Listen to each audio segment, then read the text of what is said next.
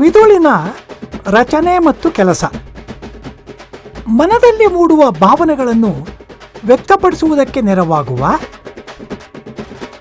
ಮಾತನ್ನು ಆಡುವುದಕ್ಕೆ ಮತ್ತು ಗ್ರಹಿಸಿಕೊಳ್ಳುವುದಕ್ಕೆ ಕಾರಣವಾಗಿರುವ ಮತ್ತು ಮಾತಿನ ಸನ್ನಿವೇಶದಲ್ಲಿ ಯಾವ ಬಗೆಯ ಮಾತನ್ನು ಆಡಬೇಕು ಇಲ್ಲವೇ ಆಡಬಾರದು ಎಂಬ ಅರಿವನ್ನು ನೀಡಿ ಮಾತನ್ನು ನಿಯಂತ್ರಿಸಿ ನಿರ್ದೇಶಿಸುವ ನರಕೋಶಗಳನ್ನು ಮೆದುಳಿನ ನರಮಂಡಲದಲ್ಲಿ ಗುರುತಿಸಿ ನುಡಿಗೆ ಸಂಬಂಧಪಟ್ಟಂತೆ ಮೆದುಳಿನಲ್ಲಿ ನಡೆಯುವ ಕೆಲಸಗಳನ್ನು ವಿಜ್ಞಾನಿಗಳು ವಿವರಿಸಿದ್ದಾರೆ.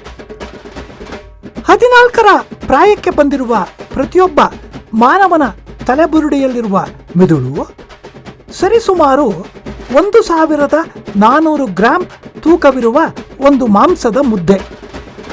ಮಗು ಹುಟ್ಟಿದಾಗ ಸುಮಾರು 400 ಗ್ರಾಂ ತೂಕವಿದ್ದ ಮೆದುಳು 14ರ ಹರೆಯದ ತನಕ ಬೆಳೆಯುತ್ತಿರುತ್ತದೆ. ಕೋಟಿಗಟ್ಟಲೆ ನರಕೋಶ ಮತ್ತು ನರತಂತುಗಳಿಂದ ಕೂಡಿರುವ ಮೆದುಳನ್ನು ನರವಿಜ್ಞಾನಿಗಳು ಗೋಳಾಕಾರದಲ್ಲಿ ಕಲ್ಪಿಸಿಕೊಂಡು ಮೆದುಳನ್ನು ಎಡ ಮತ್ತು ಬಲ ಅರೆಗೋಳಗಳನ್ನಾಗಿ ವಿಂಗಡಿಸಿಕೊಂಡು ಮೆದುಳಿನ ರಚನೆ ಮತ್ತು ಕೆಲಸಗಳನ್ನು ಗಮನಿಸಿ ವಿವರಿಸಿದ್ದಾರೆ. ಮಾತು ಮತ್ತು ಮೆದುಳಿನ ಎಡ ಅರೆಗೋಳ.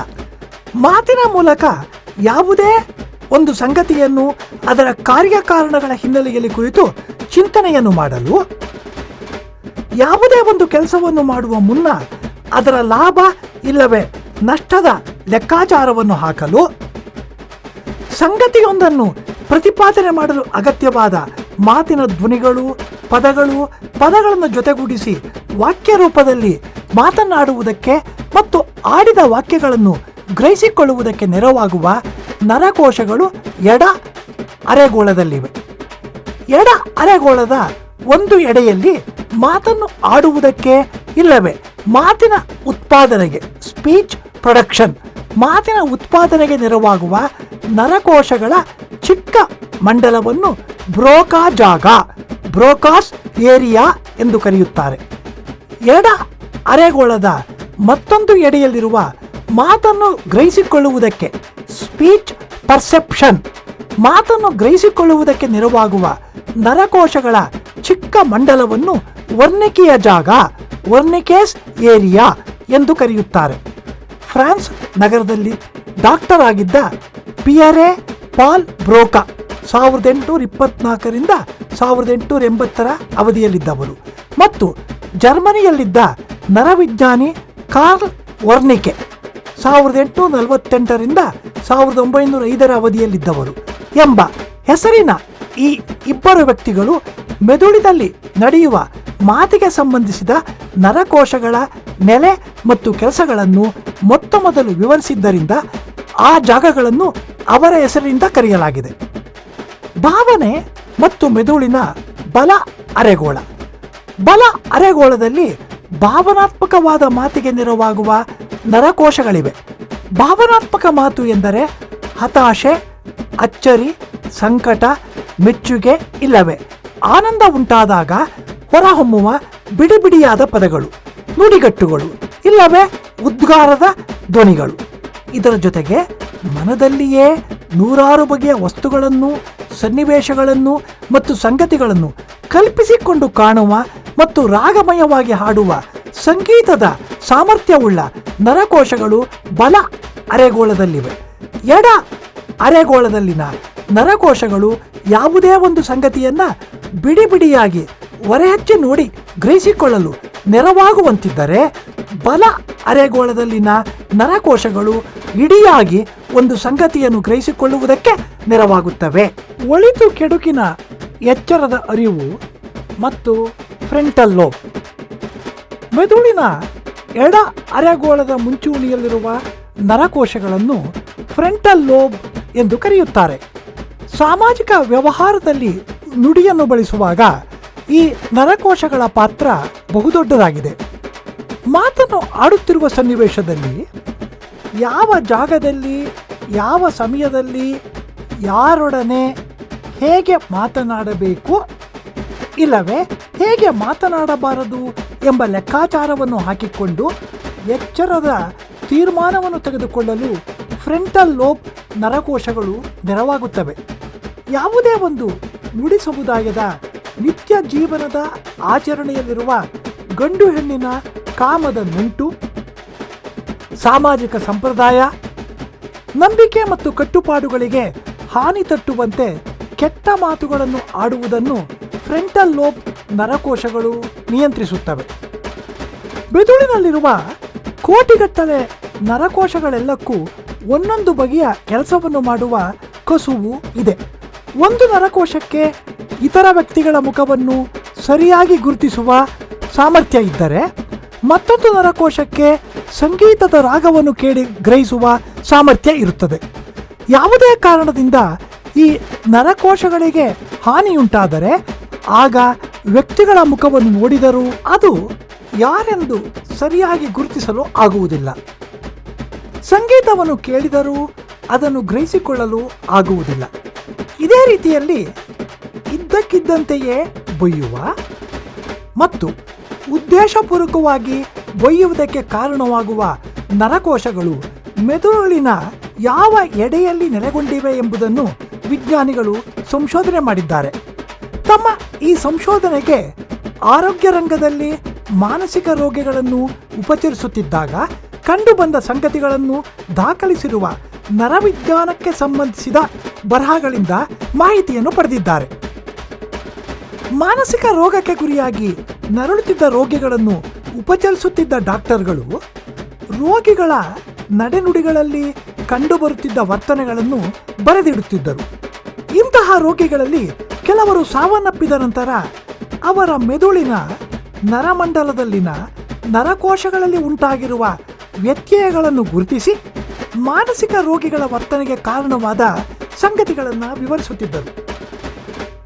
ಮಾನಸಿಕ ರೋಗಿಗಳ ದೇಹ ಮತ್ತು ಮನಸ್ಸಿನ ವಿಚಿತ್ರವಾದ 108 ಬಗೆಯ ಸಾಮಾಜಿಕ ವರ್ತನೆಗಳಲ್ಲಿ ಸೋಷಿಯಲ್ ಬಿಹೇವಿಯರ್ ಮತ್ತು ಮಾತಿನ ವರ್ತನೆಯಲ್ಲಿ ಸ್ಪೀಚ್ ಬಿಹೇವಿಯರ್ ಕಂಡುಬರುವ ಸಂಗತಿಗಳನ್ನು ನುಡಿವಿಜ್ಞಾನಿಗಳು ಮತ್ತು ಮನೋವಿಜ್ಞಾನಿಗಳು ಕಳೆದ 70 ವರ್ಷಗಳಿಂದ ಪರಿಶೀಲಿಸುತ್ತಾ ಮೆದುಳಿನ ನರಮಂಡಲದಲ್ಲಿ ನಡೆಯುವ ಯಾವ ಬಗೆಯ ಕ್ರಿಯೆಗಳು ಬೈಯುವಿಕೆಗೆ ಕಾರಣವಾಗಿವೆ ಎಂಬುದನ್ನು ವಿವರಿಸಿದ್ದಾರೆ. ಅಫೇಸಿಯಾ, ಆಲ್ಜಮೀರ್, ಸ್ಕಿಜೋಫ್ರೇನಿಯಾ ಮುಂತಾದ ಬಹುಬಗೆಯ ಮಾನಸಿಕ ರೋಗಗಳಿಗೆ ಒಳಗಾದ ರೋಗಿಗಳಲ್ಲಿ ಬೈಯುವಿಕೆಯು ಸಾಮಾನ್ಯವಾಗಿ ಕಂಡುಬರುವ ಮಾತಿನ ಚಹರೆಯಾಗಿದೆ. ಕೆಲವು ರೋಗಿಗಳು ಇದ್ದಕ್ಕಿದ್ದಂತೆಯೇ ಆಗಾಗ್ಗೆ ಒಂದೆರಡು ಬೈಗುಳದ ಪದಗಳನ್ನು ಆಡುತ್ತಿದ್ದಾರೆ. ಮತ್ತೆ ಕೆಲವರು ನಿರಂತರವಾಗಿ ಬೈಯುವಿಕೆಯಲ್ಲಿ ತೊಡಗಿ ಬೈಗುಳದ ಪದಗಳನ್ನು, ನುಡಿಗಟ್ಟುಗಳನ್ನು ಮತ್ತು ವಾಕ್ಯಗಳನ್ನು ಬಳಸುತ್ತಿರುತ್ತಾರೆ. ಮಾನಸಿಕ ರೋಗಿಗಳ ಬೈಯುವಿಕೆಗೆ ಕಾರಣವಾಗುವ ಸಂಗತಿಗಳನ್ನು ಅರಿಯುವುದರ ಮೂಲಕ ಆರೋಗ್ಯವಂತರಾದ ವ್ಯಕ್ತಿಗಳು ತಮ್ಮ ನಿತ್ಯ ಜೀವನದಲ್ಲಿ ಬೈಗುಳವನ್ನು ಬಳಸುತ್ತಿರುವುದಕ್ಕೆ ಕಾರಣಗಳು ಏನೆಂಬುದನ್ನು ವಿಜ್ಞಾನಿಗಳು ವಿವರಿಸಿದ್ದಾರೆ. ಮಾತನ್ನು ಆಡುವುದಕ್ಕೆ, ಮಾತನ್ನು ಗ್ರಹಿಸಿಕೊಳ್ಳುವುದಕ್ಕೆ ಮತ್ತು ಭಾವನೆಗಳನ್ನು ವ್ಯಕ್ತಪಡಿಸುವುದಕ್ಕೆ ನೆರವಾಗುವ ಮೆದುಳಿನ ನರಮಂಡಲದಲ್ಲಿರುವ ನರಕೋಶಗಳಿಗೆ ಹಾನಿಯುಂಟಾಗುವುದರಿಂದ ಮಾನಸಿಕ ರೋಗಿಗಳು ಬೈಯುವಿಕೆಯಲ್ಲಿ ತೊಡಗಿರುವುದು ಕಂಡುಬಂದಿದೆ.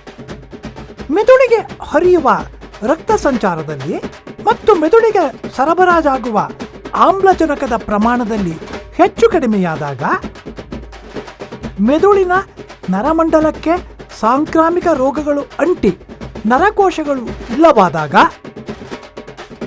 ಬಹುಬಗೆಯ ಅವಘಡಗಳಿಂದ ತನಗೆ ಪೆಟ್ಟು ಬಿದ್ದು ನರಕೋಶಗಳಿಗೆ ಹಾನಿಯುಂಟಾದಾಗ, ಮಾತನ್ನು ಆಡುವುದರಲ್ಲಿ ಅಂದರೆ ಸ್ಪೀಚ್ ಪ್ರೊಡಕ್ಷನ್ ಮತ್ತು ಆಡಿದ ಮಾತನ್ನು ಗ್ರಹಿಸಿಕೊಳ್ಳುವುದರಲ್ಲಿ ಅಂದರೆ ಸ್ಪೀಚ್ ಕಾಂಪ್ರಹೆನ್ಷನ್ ಬಹುಬಗೆಯ ಏರುಪೇರುಗಳು ಕಂಡುಬರುತ್ತವೆ. ಕ್ರಿಸ್ತಶಕ 1824ರಿಂದ 1880ರ ಅವಧಿಯಲ್ಲಿ ಫ್ರಾನ್ಸ್ ನಗರದಲ್ಲಿದ್ದ ಶಸ್ತ್ರಚಿಕಿತ್ಸಕ, ಅಂಗರಚನಾ ವಿಜ್ಞಾನಿ ಮತ್ತು ಮಾನವಶಾಸ್ತ್ರಜ್ಞರಾಗಿದ್ದ ಪಿಯರೆ ಪಾಲ್ ಬ್ರೋಕಾ ಅವರು ತಮ್ಮ ಬಳಿ ಬರುತ್ತಿದ್ದ 100 ಮಾನಸಿಕ ರೋಗಿಗಳ ಮಾತಿನ ವರ್ತನೆಗಳನ್ನು ಗಮನಿಸಿ ಆ ಬಗೆಯ ವರ್ತನೆಗಳಿಗೆ ಮೆದುಳಿನ ನರಕೋಶಗಳಲ್ಲಿ ಉಂಟಾಗಿದ್ದ ಹಾನಿಯ ಸ್ವರೂಪವನ್ನು ತಿಳಿದುಕೊಂಡು ವಿವರಿಸುತ್ತಿದ್ದರು. ಇಂತಹ ರೋಗಿಗಳಲ್ಲಿ ಟ್ಯಾನ್ ಎಂಬ ಹೆಸರಿನ ವ್ಯಕ್ತಿಯ ಮಾತಿನ ಚಹರೆಗಳನ್ನು ಈ ರೀತಿ ಬರೆದಿಟ್ಟಿದ್ದಾರೆ. ಪದ ಮತ್ತು ಪ್ರತ್ಯಯಗಳಿಂದ ಜೊತೆಗೂಡಿ ತಿರುಳನ್ನು ಒಳಗೊಂಡು ಸಂಗತಿಯೊಂದನ್ನು ತಿಳಿಸುವ ಒಂದೇ ಒಂದು ವಾಕ್ಯವನ್ನಾದರೂ ಈ ರೋಗಿಯಿಂದ ನುಡಿಯಲಾಗುತ್ತಿರಲಿಲ್ಲ. ಆದರೆ ಈತ ತನ್ನ ಮನದ ಒಳಮಿಡಿತಗಳನ್ನು ಹೊರಹಾಕಲು ಆಗಾಗ್ಗೆ ಸ್ಯಾಕ್ರೆ ನಾಮ್ ಡಿ ಡಿಯೋ ಎಂಬ ಒಂದು ಮಾತನ್ನು ಮಾತ್ರ ಆಡಬಲ್ಲವನಾಗಿದ್ದ. ಫ್ರೆಂಚ್ ನುಡಿಯಲ್ಲಿ ಇದು ಒಂದು ವಾಕ್ಯವಲ್ಲ, ಒಂದು ನುಡಿಗಟ್ಟು. ಈ ನುಡಿಗಟ್ಟು ವ್ಯಕ್ತಿಯು ಹತಾಶೆಗೊಂಡಾಗ ಇಲ್ಲವೇ ಹೆಚ್ಚಿನ ಆತಂಕಕ್ಕೆ ಒಳಗಾದಾಗ ತನ್ನ ಒಳಮಿಡಿತವನ್ನು ಹೊರಹಾಕುವ ಉದ್ಗಾರ ಸೂಚಕವಾಗಿದೆ. ಫ್ರೆಂಚ್ ನುಡಿಯ ಈ ಉದ್ಗಾರವು ಸ್ಯಾಕ್ರೆ ನಾಮ್ ಡಿ ಡಿಯೋ ಎನ್ನುವುದು ಕನ್ನಡ ನುಡಿಯಲ್ಲಿ ನಾವು ಹತಾಶೆ, ಆತಂಕ, ಒತ್ತಡ ಇಲ್ಲವೇ ಹೆದರಿಕೆಯ ಸನ್ನಿವೇಶದಲ್ಲಿ ಆಡುವ ಅಯ್ಯೋ ದೇವರೇ ಎಂಬ ಉದ್ಗಾರದಂತಿದೆ. ಈ ರೋಗಿಯ ಮೆದುಳಿನ ನರಮಂಡಲದಲ್ಲಿನ ನರಕೋಶಗಳನ್ನು ಪಾಲ್ ಬ್ರೋಕಾ ಅವರು ಪರಿಶೀಲಿಸಿದಾಗ ಕಂಡುಬಂದ ಸಂಗತಿಗಳು ಈ ಕೆಳಕಂಡಂತೆ ಇದ್ದವು. 1. ರೋಗಿಯ ಮೆದುಳಿನ ಎಡ ಅರೆಗೋಳದಲ್ಲಿ ಮಾತಿನ ಉತ್ಪಾದನೆಗೆ ನೆರವಾಗುವ ಬ್ರೋಕಾ ಜಾಗದಲ್ಲಿನ ನರಕೋಶಗಳು ಹಾನಿಗೊಂಡಿದ್ದವು. ಇದರಿಂದಾಗಿ ರೋಗಿಯು ಯಾವುದೇ ಒಂದು ವಾಕ್ಯವನ್ನು ಪರಿಪೂರ್ಣವಾಗಿ ಆಡಬಲ್ಲ ಕಸುವನ್ನು ಕಳೆದುಕೊಂಡಿದ್ದನು. 2. ರೋಗಿಯು ಆಗ ತಾನೇ ಉಚ್ಚರಿಸಿದ್ದ ಉದ್ಗಾರದ ನುಡಿಯನ್ನು ಮತ್ತೊಮ್ಮೆ ಆಡುವಂತೆ ರೋಗಿಗೆ ಸೂಚಿಸಿದರೆ ಅದನ್ನು ಆತ ಆಡಲಾಗುತ್ತಿರಲಿಲ್ಲ. ಅಂದರೆ ಆತನಿಗೆ ಅರಿವಿಲ್ಲದಂತೆಯೇ ತನಗೆ ತಾನಾಗಿಯೇ ಕೆಲವೊಮ್ಮೆ ಅವನ ಬಾಯಿಂದ ನುಡಿಯು ಹೊರಹೊಮ್ಮುತ್ತಿತ್ತು. 3.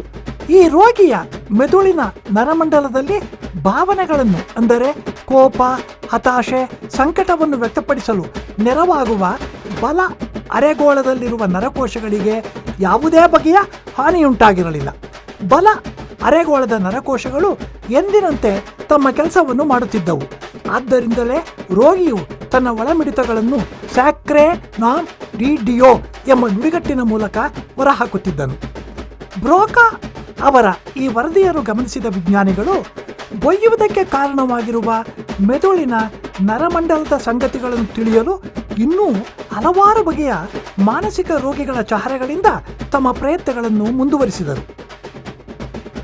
ಮಾತನ್ನು ಆಡುವುದರಲ್ಲಿ ಮತ್ತು ಗ್ರಹಿಸಿಕೊಳ್ಳುವುದರಲ್ಲಿ ಉಂಟಾಗುವ ತೊಂದರೆಗಳನ್ನು ಅಫೇಸಿಯಾ ಎಂಬ ಹೆಸರಿನಿಂದ ಕರೆಯುತ್ತಾರೆ. ಅಫೇಸಿಯಾ ರೋಗಕ್ಕೆ ಬಲಿಯಾದ ವ್ಯಕ್ತಿಗಳ ಮಾತಿನ ವರ್ತನೆಯಲ್ಲಿ ಹಲವು ಬಗೆಯ ವ್ಯತ್ಯಾಸಗಳು ಕಂಡುಬರುತ್ತವೆ. ಅಫೇಸಿಯಾ ರೋಗದಲ್ಲಿ ಬ್ರೋಕಾ ಅಫೇಸಿಯಾ ಮತ್ತು ವರ್ನಿಕಿಯ ಅಫೇಸಿಯಾ ಎಂಬ 2 ಬಗೆಗಳಿವೆ. ಬ್ರೋಕಾ ಅಫೇಸಿಯಾ ಮೆದುಳಿನ ಎಡ ಅರೆಗೋಳದ ಬ್ರೋಕಾ ಜಾಗದಲ್ಲಿ ಮಾತಿನ ಉತ್ಪಾದನೆಗೆ ಅಂದರೆ ಸಾಮಾಜಿಕ ವ್ಯವಹಾರಗಳಲ್ಲಿ ಅಗತ್ಯವಿರುವಾಗ ಸರಿಯಾಗಿ ಮಾತನಾಡುವುದಕ್ಕೆ ನೆರವಾಗುವ ನರಕೋಶಗಳ ಜಾಲವಿದೆ. ಮಾತನ್ನು ಉತ್ಪಾದಿಸುವ ಈ ನರಕೋಶಗಳಿಗೆ ಹಾನಿ ತಟ್ಟಿದಾಗ ಯಾವುದೇ ವ್ಯಕ್ತಿಯು ವಾಕ್ಯವನ್ನು ಸರಿಯಾಗಿ ರಚಿಸಿ ಮಾತನಾಡುವುದಕ್ಕೆ ಆಗುವುದಿಲ್ಲ. ಮಾತಿನಲ್ಲಿ ಉಂಟಾಗುವ ಈ ಬಗೆಯ ತೊಂದರೆಯನ್ನು ಬ್ರೋಕಾ ಅಫೇಸಿಯಾ ಎನ್ನುತ್ತಾರೆ. ಬ್ರೋಕಾ ಅಫೇಸಿಯಾ ರೋಗಕ್ಕೆ ಒಳಗಾದವರು ವಾಕ್ಯ ರೂಪದ ಮಾತುಗಳನ್ನಾಡಲಾಗದೆ ತಮ್ಮ ಮನದ ಭಾವನೆಗಳನ್ನು ಮತ್ತು ಇಂಗಿತವನ್ನು ಹೊರಹಾಕಲು ಬಿಡಿ ಬಿಡಿ ರೂಪದ 1-2 ಉದ್ಗಾರದ ಪದಗಳನ್ನು ಇಲ್ಲವೇ ಬೈಗುಳದ ಪದಗಳನ್ನು ಆಡುತ್ತಾರೆ. ವರ್ನಿಕೆಯ ಅಫೇಸಿಯಾ ಮೆದುಳಿನ ಎಡ ಅರೆಗೋಳದಲ್ಲಿರುವ ವರ್ನಿಕೆಯ ಜಾಗದಲ್ಲಿನ ನರಕೋಶಗಳಿಗೆ ಹಾನಿಯುಂಟಾದ ರೋಗಿಗಳಿಗೆ ತಾವು ಮತ್ತು ಇತರರು ಆಡುವ ಮಾತುಗಳ ತಿರುಳನ್ನು ಸರಿಯಾಗಿ ಗ್ರಹಿಸಿಕೊಳ್ಳುವ ಕಸುವು ಇರುವುದಿಲ್ಲ. ಆದರೆ ಇವರ ಮೆದುಳಿನಲ್ಲಿರುವ ಮಾತಿನ ಉತ್ಪಾದನೆಯ ಬ್ರೋಕಾ ಜಾಗ ಸರಿ ಇರುತ್ತದೆ. ಆದ್ದರಿಂದ ವಾಕ್ಯ ರೂಪದಲ್ಲಿ ಮಾತನಾಡಬಲ್ಲರು. ಆದರೆ ತಾವೇನು ಮಾತನಾಡುತ್ತಿದ್ದೇವೆ ಎಂಬುದರ ಅರಿವು ಅವರಿಗೆ ಇರುವುದಿಲ್ಲ. ಅವರು ಆಡುತ್ತಿರುವ ಮಾತುಗಳಲ್ಲಿ ಪರಸ್ಪರ ಹೊಂದಾಣಿಕೆಯಾಗಲಿ ಇಲ್ಲವೇ ಯಾವುದೇ ಬಗೆಯ ತಿರುಳು ಇರುವುದಿಲ್ಲ. ಈ ಬಗೆಯ ಮಾತಿನ ತೊಂದರೆಯನ್ನು ವರ್ನಿಕಿಯ ಅಫೇಸಿಯಾ ಎನ್ನುತ್ತಾರೆ. ವರ್ನಿಕಿಯ ಅಫೇಸಿಯಾ ರೋಗಿಗಳು ಒಂದೇ ಸಮನೆ ಮಾತನಾಡುತ್ತಿರುವಂತೆಯೇ ಬೈಗುಳದ ನುಡಿಗಳನ್ನು ನಿರಂತರವಾಗಿ ಆಡುತ್ತಿರುತ್ತಾರೆ. ಮಾತಿನ ಸನ್ನಿವೇಶದಲ್ಲಿ ಯಾವ ಬಗೆಯ ಮಾತನ್ನು ಆಡಬೇಕು ಇಲ್ಲವೇ ಆಡಬಾರದು ಎಂಬುದನ್ನು ವಿವೇಚನೆ ಮಾಡುವ ಫ್ರಂಟಲ್ ಲೋಬ್ ನರಕೋಶಗಳು ಹಾನಿಗೊಂಡ ವ್ಯಕ್ತಿಯೊಬ್ಬನ ವರ್ತನೆಗಳನ್ನು ವಿಜ್ಞಾನಿಗಳು ಗಮನಿಸಿದ್ದಾರೆ. ಅಂತಹ ಬರಹಗಳಲ್ಲಿ ಈ ಕೆಳಕಂಡ ಪ್ರಸಂಗವು ಒಂದಾಗಿದೆ. ಕ್ರಿಸ್ತ ಶಕ 1948ರಲ್ಲಿ ಅಮೆರಿಕೆಯ ವರ್ಮಾಂಟ್ ನಗರದಲ್ಲಿ ನಡೆದ ವಾಹನದ ಅಪಘಾತವೊಂದರಲ್ಲಿ ಪೀನಿಯಸ್ ಗಾಜ್ ಎಂಬ ವ್ಯಕ್ತಿಯ ತಲೆಗೆ ಬಲವಾದ ಪೆಟ್ಟು ಬಿದ್ದು ಅವನ ಮೆದುಳಿನ ಮುಂಚೂಣಿಯ ಫ್ರಂಟಲ್ ಲೋಬ್ ನರಕೋಶಗಳಿಗೆ ಹಾನಿ ಉಂಟಾಯಿತು. ಆಸ್ಪತ್ರೆಯಲ್ಲಿ ಚಿಕಿತ್ಸೆಯನ್ನು ಪಡೆದು ಚೇತರಿಸಿಕೊಂಡು ಹೊರಬಂದ ನಂತರ ಪೀನಿಯಸ್ ಗಾಜನ ಮಾತಿನ ವರ್ತನೆಯಲ್ಲಿ ಬಹುದೊಡ್ಡ ಬದಲಾವಣೆಗಳು ಕಂಡುಬಂದವು. ಆತ ಸಾಮಾಜಿಕವಾಗಿ ಒಪ್ಪಿತವಲ್ಲದ ರೀತಿಯಲ್ಲಿ ಮಾತನಾಡುತ್ತಿದ್ದನು. ಬೈಗುಳದ ಪದಗಳನ್ನು ಆಗಾಗ್ಗೆ ಬಳಸುತ್ತಿದ್ದನು. ಸಾಮಾಜಿಕ ಸನ್ನಿವೇಶದ ಮಾತುಕತೆಗಳಲ್ಲಿ ಸರಿಯಾದ ತೀರ್ಮಾನಗಳನ್ನು ಕೈಗೊಳ್ಳಲಾಗದೆ ಇಕ್ಕಟ್ಟುಗಳಿಗೆ ಸಿಲುಕುತ್ತಿದ್ದನು. ಅಂದರೆ ಮಾತಿನ ಕುಶಲತೆಯು ಅವನಲ್ಲಿ ಇಲ್ಲವಾಗಿತ್ತು. ಜನರು ಬೈಯುವಿಕೆಯಲ್ಲಿ ತೊಡಗುವುದಕ್ಕೆ ಕಾರಣವಾಗುವ ಮೆದುಳಿನ ನರಮಂಡಲದ ಕ್ರಿಯೆಗಳನ್ನು ತಿಳಿಯುವುದಕ್ಕಾಗಿ ವಿಜ್ಞಾನಿಗಳು ಮಾನಸಿಕ ರೋಗಿಗಳ ಬೈಯುವಿಕೆಯಲ್ಲಿ ಕಂಡುಬರುವ ಈ ಎಲ್ಲ ಬಗೆಯ ಸಂಗತಿಗಳನ್ನು ಹೊರಹಚ್ಚಿ ನೋಡಿ ನಿತ್ಯ ಜೀವನದ ವ್ಯವಹಾರಗಳಲ್ಲಿ ಜನರು ಇದ್ದಕ್ಕಿದ್ದಂತೆಯೇ ಬೈಯಲು ಇಲ್ಲವೇ ಉದ್ದೇಶಪೂರ್ವಕವಾಗಿ ಬೈಯಲು ಕಾರಣವಾದ ಮೆದುಳಿನ ನರಮಂಡಲದ ಸಂಗತಿಗಳನ್ನು ಈ ರೀತಿ ವಿವರಿಸಿದ್ದಾರೆ.